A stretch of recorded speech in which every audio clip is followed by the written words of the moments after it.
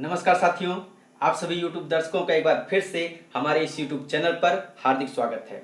दोस्तों, अगर आप यूपीपी की तैयारी कर रहे हैं या यूपी बीएड की तैयारी कर रहे हैं तो आप हमारे चैनल के साथ जुड़ करके अपने सपनों को साकार कर सकते हैं, अपने सपनों को हकीकत में बदल सकते हैं। दोस्तों, हम आपके लिए हिंदी और रीजनिंग विषय पर लगातार वीडियोज़ लेकर के आ रहे हैं। उसी सिलसिले में हमारा जो हिंदी विषय है, हिंदी विषय के अंतर्गत हम जिस टॉपिक पर चर्चा कर रहे हैं वह टॉपिक है वाक्य शुद्धि। हम किस प्रकार से वाक्य को शुद्ध बनाते हैं, किस प्रकार से वाक्य में त्रुटियों को दूर करते हैं। तो इस टॉपिक के अंतर्गत हम कर्ता और क्रिया का जो मेल होता है उसके क्या नियम हैं, उन नियमों पर चर्चा कर रहे हैं। आज हमारा यह इस नियम पर अंतिम वीडियो है। इससे पहले मैंने आपको इस टॉपिक के अंतर्गत, इस रूल्स के अंतर्गत मैंने 2 वीडियोज दिए थे जिसमें मैंने आपसे 4 नियम पर डिस्कशन किया था, चर्चा की थी। आज हम 2 नियम और ऐड कर रहे हैं, 2 नियम और जोड़ रहे हैं। इसी के साथ हमारे यह जो वीडियो होगा यहाँ का, इस रूल्स का, यह वीडियो समाप्त हो जाएगा। हम अगले वीडियो में जब चर्चा करेंगे तो कर्ता को हटा करके कर्म और क्रिया का मेल, कर्म और क्रिया का मेल, इस टॉपिक पर चर्चा करेंगे। तो दोनों ही वाक्य शुद्धि के बहुत ही इंपॉर्टेंट पॉइंट हैं, बहुत ही महत्वपूर्ण बातें हैं। जैसा आप वीडियो देखेंगे समझ पाएंगे। तो अगर आप हमारे साथ जुड़ना चाहते हैं तो प्लीज़ चैनल को सब्सक्राइब कर लीजिएगा, वीडियो को लाइक कर दीजिएगा, फिर हमारे साथ जुड़ जाएंगे। तो हम आपके साथ हिंदी और रीजनिंग विषय पर लगातार डिस्कस कर रहे हैं। तो आइए आज का जो वीडियो है उस वीडियो की शुरुआत करते हैं। जैसा आप देख पा रहे हैं, कर्ता और क्रिया का मेल।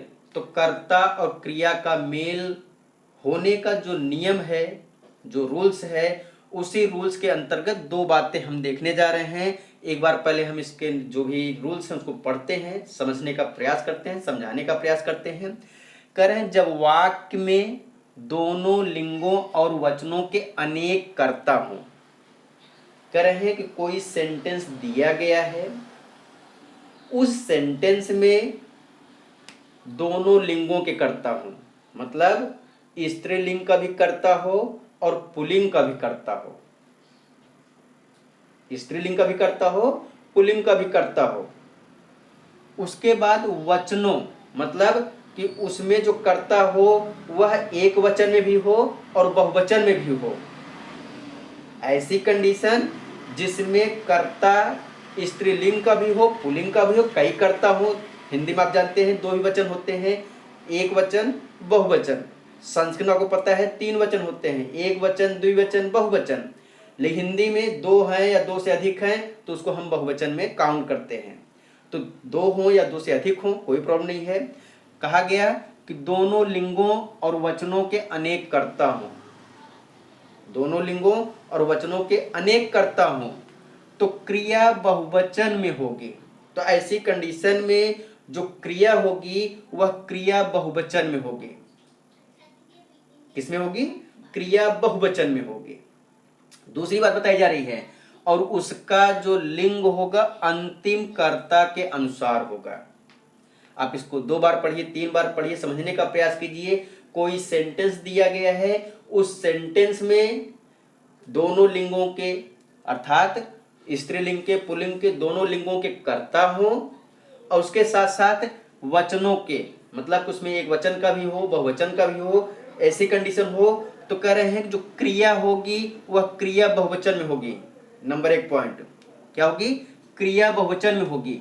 और उसका जो जेंडर होगा, उसका जो लिंग होगा, वह लिंग निर्धारित करेगा अंतिम कर्ता। अगर अंतिम कर्ता पुल्लिंग होगा तो उसका जेंडर, जो सेंटेंस होगा उसका जेंडर जो है, क्रिया का जो जेंडर होगा वह पुल्लिंग होगा। अगर अंतिम कर्ता स्त्रीलिंग है तो क्रिया का जो जेंडर होगा स्त्रीलिंग होगा। आइए इसके उदाहरण को समझने का प्रयास करते हैं, ज्यादा आसान होगा। देखिए, एक लड़का, 2 बूढ़े और अनेक लड़कियां आती हैं। एक लड़का, आप देख रहे हैं, एक लड़का सिंगुलर में है, पुल्लिंग भी है। सिंगुलर है, एक वचन में है और पुल्लिंग है। 2 बूढ़े, 2 बूढ़े तो आप देख रहे हैं दो हैं, इसका मतलब आप इसको बहुवचन में ले सकते हैं, चूंकि हिंदी में दो ही वचन होते हैं। तो दो बूढ़े, देखिए बहुवचन में है बूढ़े, तो ये क्या हो गया। अगर हम लिंग की बात करें, ये भी मान लीजिए पुल्लिंग है, ये भी पुल्लिंग था, ये भी पुल्लिंग है, उसके साथ साथ बहुवचन में है। आगे बताया गया और अनेक लड़कियां, अब देखिए अनेक ये भी बहुवचन में है और लड़कियां ये बहुवचन में है, उसके साथ साथ आपको देखिए जेंडर देखें तो स्त्रीलिंग है, लड़कियां स्त्रीलिंग। तो ऐसी कंडीशन बताया गया कि जो क्रिया होगी, क्रिया किसमें होगी, बहुवचन में होगी। क्रिया किसमें होगी, बहुवचन में होगी। तो लड़कियां आती हैं, लड़कियां आती हैं, तो क्रिया बहुवचन में होगी और अंतिम उसका लिंग जो होगा, जेंडर जो होगा, अंतिम कर्ता के अनुसार होगा। तो देखिए यहाँ पे एक लड़का पुल्लिंग, दो बूढ़े पुल्लिंग, लड़कियां स्त्रीलिंग। तो इस वजह से यहाँ पे जो क्रिया है आती है, यह क्रिया स्त्रीलिंग है। यह क्रिया क्या है, स्त्रीलिंग है, क्योंकि ऐसी कंडीशन जो अंतिम कर्ता होगा उसका जो जेंडर होगा उसी जेंडर के आधार पे निर्धारित किया जाएगा। दूसरा एग्जांपल देखते हैं। एक बकरी, दो गायें और बहुत से बैल मैदान में चरते हैं। जैसा आपने ऊपर देखा, एक लड़का था, एक बकरी हो गया, बकरी स्त्रीलिंग सिंगुलर में है। दो गायें, तो दो गायें ये भी स्त्रीलिंग में है, उसके साथ साथ बहुवचन में है दो गायें और बहुत से, अब देखिए बहुत से ये भी बहुवचन में है, बैल। तो ये देखिए बैल का जेंडर क्या है, बैल का जेंडर पुल्लिंग।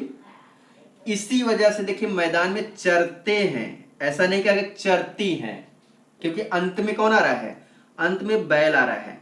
बैल का जो जेंडर है उसी के बेस पर हम क्रिया का जेंडर निर्धारित करते हैं, उसी के बेस पर हम क्रिया का जो लिंग है उसको निर्धारित करते हैं।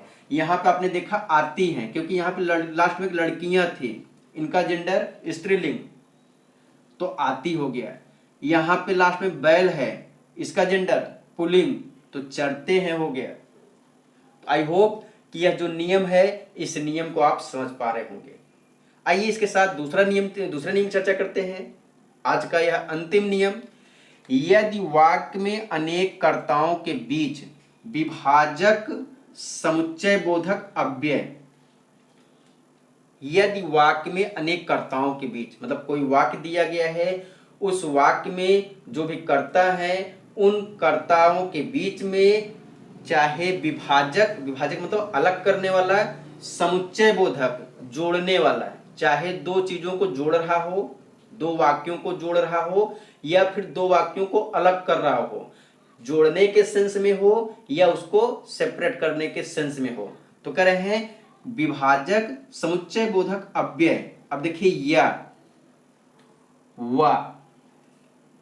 या शब्द आए अथवा व शब्द आए तो क्रिया अंतिम कर्ता के लिंग वचन के अनुसार होगा।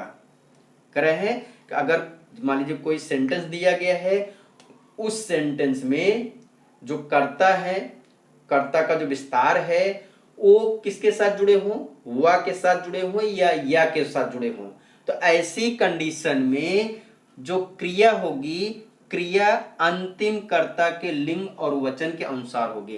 अर्थात जो अंतिम कर्ता होगा उसका जो लिंग होगा, उसका जो वचन होगा, उसी के अनुसार हम क्रिया का लिंग और वचन निर्धारित करते हैं। ध्यान देना, इसमें भी अंतिम की बात हो रही थी, इसमें भी अंतिम की बात हो रही है। आइए उदाहरण के माध्यम से समझने का प्रयास करते हैं। उदाहरण दिया जा रहा है, संस्कार की 5 दरियां व 1 कंबल बिकेगा। संस्कार की 5 दरियां व 1 कंबल बिकेगा। अब देखिए यहां पर संस्कार की 5 दरियां, संस्कार की 5 दरियां, दरियां जो होती है, दरियां मतलब जो मैट है, चटाई है, बिछाने वाला, तो कह रहे हैं संस्कार की 5 दरियां। यह जो दरियां है यह पुल्लिंग है। दरियां क्या है, दरियां क्या है, स्त्रीलिंग है, क्योंकि देखिए यहां पे की आ रहा है, संस्कार की 5 दरियां, अर्थात दरियां क्या है, स्त्रीलिंग है। तो संस्कार की 5 दरियां व, देखिए आगे ना, व यहां बताया गया था व से जुड़ रहा हो, तो 5 दरियां व 1 कंबल बिकेगा। अब देखिए जो कंबल है यह पुल्लिंग है, कंबल क्या है, पुल्लिंग है, इसी वजह से यहां पर बिकेगा शब्द आ रहा है, क्योंकि लास्ट में कौन आ रहा है, लास्ट में कंबल आ रहा है। कंबल का जो जेंडर है, कंबल का जो जेंडर है और जो उसका वचन है, तो देखिए यहां पर 1 कंबल, तो सिंगुलर में हो गया 1 कंबल, उसके साथ साथ पुल्लिंग है, तो यहां पर बिकेगा, बिकेंगे नहीं, बिकेगा, सिंगुलर में और पुल्लिंग जेंडर होना चाहिए। तो ये आपका सेंटेंस क्या हो गया, वो सही हो गया। दूसरा एग्जांपल देखिएगा, शिवांश का, शिवांश का 1 कंबल या 5 दरियां बिकेंगी। अब देखिए यहां पर शिवांश का क्यों आ रहा है, क्योंकि यह जो कंबल है पुल्लिंग है, कंबल क्या है, पुल्लिंग है, इस वजह से यहाँ पे का यूज किया गया, दरियां जो थी स्त्रीलिंग थी, इस वजह से की यूज किया गया। तो शिवांश का 1 कंबल, शिवांश का 1 कंबल या, अब देखिए यहाँ पे कंजक्शन के रूप में बताया जाता क्या आए, या हो, अव्यय ग्रुप में या हो, तो या आ गया। अब फिर कह रहे 5 दरियां, अभी आपको बताया गया दरियां क्या है, स्त्रीलिंग है, दरियां क्या है, स्त्रीलिंग है, इस वजह देखिए क्या करेंगे, बिकेंगी। तो शिवांश का 1 कंबल या 5 दरियां बिकेंगी। इसमें देखिए बिकेगा क्यों हो रहा था, क्योंकि अंत में कौन आया था, कंबल आया था। कंबल का जेंडर और वचन की बात करें तो ये सिंगुलर था, उसके साथ साथ पुल्लिंग था। अब दूसरे एग्जाम्पल में जब हम बात कर रहे हैं तो यहाँ पे जो दरिया आ रहा है, यह दरिया किस में आ रहा है, यह दरिया स्त्रीलिंग में आ रहा है, उसके साथ साथ बहुवचन में आ रहा है। इसमें देखिए बिकेंगी, बिंदी लगा हुआ है, बहुवचन हो गया, बिकेंगी, बिकेगी नहीं, बिकेंगी, बिंदी के साथ बहुवचन हो गया, उसके साथ साथ यह जो शब्द आप देख रहे हैं बिकेंगी, स्त्रीलिंग हो गया। आई होप बात समझ में आ रही होगी। अंतिम एग्जांपल देखिएगा, संस्कार का बैल या शिवांश की गायें बिकेंगी। संस्कार का बैल, अब देखिए बैल क्या है, पुल्लिंग है, बैल क्या है, पुल्लिंग है, इस वजह से यहां पर का आया हुआ है। उसके बाद ये देखिए जो यह है, यह अव्यय है, 2 सेंटेंसेज को या 2 कर्ताओं को या कर्ताओं के विस्तार को ऐड करने के लिए यूज किया गया है। तो संस्कार का बैल या शिवांश की गायें, अब देखिए की क्यों आ रहा है, क्योंकि गायें स्त्रीलिंग है, तो इसके लिए की यूज हो रहा है। तो शिवांश की गायें बिकेंगी। अब देखिए अंत में कौन सा कर्ता आ रहा है, उसका जेंडर क्या है, तो अंत में जो कर्ता आ रहा है वो गायें आ रहा है, अंत में जो कर्ता आ रहा है कौन आ रहा है, गायें। अब बताइए जो गायें हैं ये पुल्लिंग है कि स्त्रीलिंग है, तो गायें स्त्रीलिंग है, तो बिकेंगी हो रहा है। उसके साथ साथ गायें बहुवचन है कि एक वचन है, बहुवचन है, तो बिकेंगी, यहां पर बिंदी लगा हुआ है, बिकेंगी। तो संस्कार का बैल या शिवांश की गायें बिकेंगी। तो इस प्रकार से यह जो कर्ता और क्रिया का मेल, किसका, कर्ता और क्रिया का मेल, इससे संबंधित जो महत्वपूर्ण बातें हैं, नियम पढ़ेंगे, बहुत से नियम हैं, लेकिन मेरे नज़र में जो इम्पोर्टेंट नियम है जिनको हमें रियल में केयर करना चाहिए, ये छोटी छोटी लेकिन बहुत मोटी बातें हैं। जनरली इन सब चीज़ों को हम लोग बहुत ज़्यादा ध्यान नहीं देते हैं, लेकिन रियल में अगर आपको लाइफ में वास्तविक सफलता पानी है तो जब तक आप एक एक तिनके को उठाएंगे नहीं, कहा गया सुना होगा आपने हिंदी में, कहीं का ईंट कहीं का रोड़ा, भानुमति ने कुनबा जोड़ा। आप जब तक एक एक चीज़ों को अपने अंदर सृजित नहीं करेंगे, जब तक अपने अंदर आप गुणों का भंडार नहीं संकलित करेंगे, जब तक अपने अंदर आप अच्छी अच्छी चीज़ों को ला करके समेटेंगे नहीं, तब तक कोई भी आपको खरीदने वाला नहीं है। जब तक आप गुणवान नहीं हो जाएंगे, चरित्रवान नहीं हो जाएंगे, जब तक आपकी वैल्यू नहीं बढ़ जाएगी, तब तक आपको कोई पूछने वाला नहीं है। तो आपको जहां से भी थोड़ा सा भी कुछ सीखने को मिले तो दोनों बाहें फैला करके सीखिए, हमेशा लालायित रहिए, हमेशा आप तैयार रहिए कुछ नया सीखने के लिए। तो आपको यह वीडियो कैसा लगा, कमेंट्स बॉक्स में कमेंट करिएगा। दोस्तों को वीडियो शेयर कीजिएगा। अगर अभी तक आपने मेरे चैनल को सब्सक्राइब नहीं किया है तो प्लीज़ प्लीज़ प्लीज़ चैनल को सब्सक्राइब कीजिएगा। निश्चित रूप से आप हमारे साथ जुड़ेंगे तो मैं दावे से कहता हूँ आपको कुछ न कुछ लगातार सीखने को मिलता रहेगा। तो इसी बात पर, इसी वादे के साथ कि मिलेंगे फिर एक नए वीडियो में, तब तक के लिए आप सभी लोगों को बहुत बहुत धन्यवाद।